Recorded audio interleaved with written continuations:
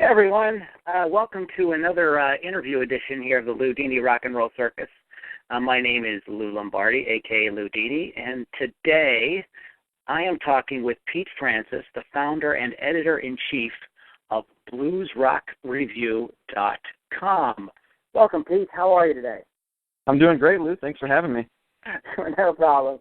Hey, so why don't we go ahead? Why don't you describe to the folks out there what is BluesRockReview.com? Well, Blues Rock Review is an online music magazine, and what you will find if you go to BluesRockReview.com is reviews, interviews with a lot of blues rock artists, and it's really just a great place to kind of discover new music. Now, we do cover some mainstream names, maybe like the Black Keys, Gary Clark Jr., Joe Bonamassa, but we also cover a lot of new and emerging artists, and I really think that's kind of what the appeal of our website is. It's a great place to discover new music that you might not find otherwise. Okay. Now, what? How did you get started with? What made you want to decide to start BluesRockReview.com? Well, I got into this music, and one thing I noticed was I was discovering a lot of these artists, but there wasn't a lot of information out there on them, and a lot of times, a lot of these artists would be clumped as maybe blues artists, but in a lot of ways, maybe traditional blues media, might not be super receptive to them because it's kind of more of a rockish thing, or a lot of people might say, oh, that's not blues. And right. I feel like blues rock has kind of taken on its own sort of genre, and I think a lot of artists maybe a few years back that used to be referred to as straight-up blues artists are now calling themselves blues rock artists, and I think it's just kind of given a lot of artists, an outlet, making blues kind of cool, because I feel like blues has somewhat of a stereotype to it. Okay. And maybe that it's not hip, that it's not cool, but there are a lot of cool artists doing, blues-infused music out there, and I feel like blues rock is kind of, it accepts a lot of those artists that are taking the blues and bringing it into different directions. So could you give us a definition or even a description of what, according to BluesRockReview.com, what would be considered blues rock? I mean, maybe talk about a couple of artists that you think are kind of like really doing that really, really well, or sort of exemplify that. Yeah, I mean, guys like Joe Bonamassa, obviously, he's probably the king of the mountain right now as far as blues rock as a genre. And he takes a lot of blues-based elements and puts it into his music, but he also adds the rock, elements as well. And it's people who take blues-based elements but kind of go in a different direction, or maybe not do something that's 100% traditional. But one of the things like with our site is I think we're very accepting of people who take music and push the envelope a little bit and change the direction, and not just doing what people say is blues, because music is always evolving and changing, and we really embrace those type of artists that push those boundaries. Okay. And that's one thing that I discovered when I started working with you guys was, some bands that I would never have heard before, and they're finding sort of a home there. Right. Most recently is the band Lady Flint, who, that's the Dynamite band, and I'm not really sure where they would fit in without something like BluesRockReview.com. So that's really cool what you're doing. Speaking of young artists and emerging artists, now how does somebody go about getting featured or maybe getting a review? Or I know that you guys have a radio station. I want to talk to you about that for a second. But how does a new band go about getting some press or some exposure on your website? Yeah, that's a good question. First off, they can go to our contact page, and there's an email address that people can send to. It's albumreviews@bluesrockreview.com. And for anyone that's submitting reviews, there's a lot of things that you want to have right away. And you want to make, we get a lot of submissions. So someone who's submitting their music, you want to make it, easy for us and make the fewest amount of steps possible. So provide us, with everything we need, like right off the bat. So what they can do is they could send us the album digitally, and this could be done, through Dropbox, Bandcamp, WeTransfer. Those are some of the more common ones. And I would suggest sending it through that way where we can actually download it as opposed to streaming. I know a lot of labels and some artists submit just streaming links, but like for us, we have a bunch of different writers, and a lot of our writers are spread all over the place, and it's just a lot easier for us to access if we have the actual album. But you're going to want to submit the album, and then also make sure that everything is labeled when you submit the music. So sometimes we'll get music where it just says track 1, track 2, track 3. And if you do that, the odds of you getting reviewed are slim, unless you have something else that really stands out that knocks us out right away. The odds of you getting reviewed are slim, because that would take us time to edit that and say, okay, this is the album, this is the track, and we'd have to do that manually, and that takes a lot of time. So make sure that you have the tracks and everything, you have all the information in there, so we don't have to do that. Also provide the album cover. And when you send the album cover, try to send it in a higher resolution. Obviously that's the best resolution you can. If there's a really good album that comes in, sometimes we'll feature it on our main page content slider. So we want something that has high resolution that looks good, because then obviously it'll make you guys look good too if we can display that bigger. So those things are definitely big. And then I would say do something when you submit the music, send a little sales pitch. Don't send, something really long, but something short.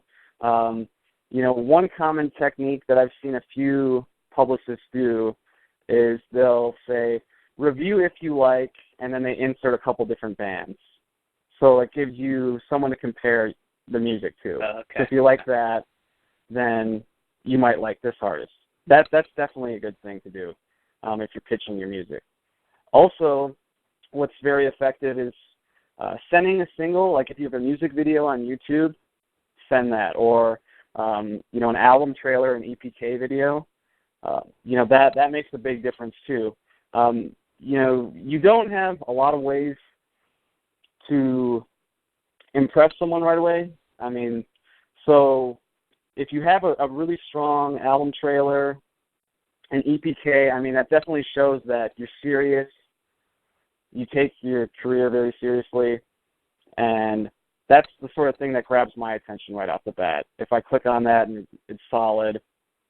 So something that is attention-grabbing, definitely send something like that. So you definitely, send the album cover digitally, and then if you have a link to your music, that's always good. And then obviously your band is going to want a bio, any relevant information that would be useful for the person that's going to review your album. So if you do all those things, the odds of you actually getting reviewed are a lot better.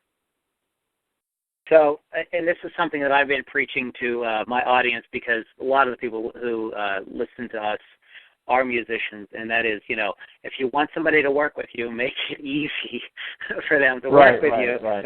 Don't make them work harder. You're coming to us to say, hey, do something for me. Well, make it easy for me to do it for you.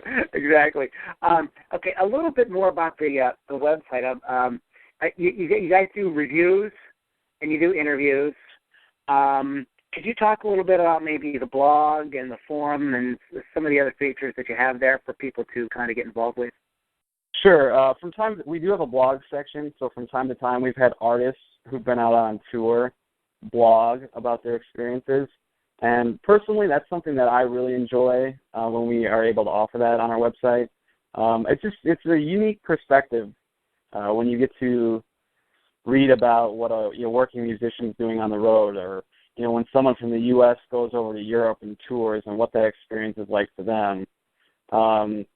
Another experience, Dan Patlansky had a blog on our website, and he's from South Africa, and he talked about his experiences touring over in Europe and He also talked about some other things he was doing in South Africa. You know, he held a guitar camp, and he talked about that a little bit. So it's pretty cool. Another example, Davey Knowles had a blog on our website, and he was talking, this is while he was working on his latest album, and he was talking about his songwriting process and how he goes about writing a song. And I thought that was very interesting to kind of, you know, dig into his mind and see how he comes up with an idea and how his song process comes about. So we've done a couple different things like that, and for me personally, that's been one of the more enjoyable things having on our website. Also, I believe on the blog that fans can like comment and participate as well. Correct? Yes. So there's a comment section, and they can reply and post on there too. All right, and I would like. What about it says there's a link here on the site that says radio. Can you tell us a little bit about bluesrockreview.com radio? Yeah, and the impetus behind that was basically, like we talked about a little bit before, discovering new music is definitely probably a lot different than it used to be, and a lot of this music on Blues Rock Review is not exactly mainstream music. So it's like, how do people discover new artists like this? And a lot of this type of music used to be music that maybe back in the day actually was on the radio. And now you would never hear any of this stuff on the radio for the most part. Right. So the idea behind the radio station was to kind of, you know, give the artists an outlet where their music could be discovered and people could find out about some of this music. And a lot of people who listen to blues rock or are fans of blues rock, they think of artists like Stevie Ray Vaughan. And for modern artists, they might think, well, like Kenny Wayne Shepherd, Johnny Lang, or maybe Joe Bonamassa. But beyond that, they don't know a lot because a lot of that just hasn't been out in the mainstream. So where do you discover new and emerging artists? And this was all about giving people an outlet where they could find the new blues rock that is coming about. It's really cool too. And there are now. Is it just music, or is there interviews? There are a couple interviews on there as well. It's mostly music, but there's some interviews with artists, talking about new albums that they had coming out and things like that. So yeah, there are a few interviews as well. Okay, fantastic. So so when you guys go to bluesrockreview.com, you can read reviews, you can read interviews. There's the blog, which gives you sort of like a behind the scenes of some of the artists, which fans love that. They love access. And then there's the radio, so you can listen to the music. That's what's great about an online magazine is you can just hit a button right there, and you can actually hear what they're, you read a great review or something, you can actually hear it. So that's a fantastic and feature. that's something too. Also in our reviews, generally, for the most part, we like to find the music and embed, the music with the review or the EPK or whatever, because we like to give people a taste of what they're actually reading about.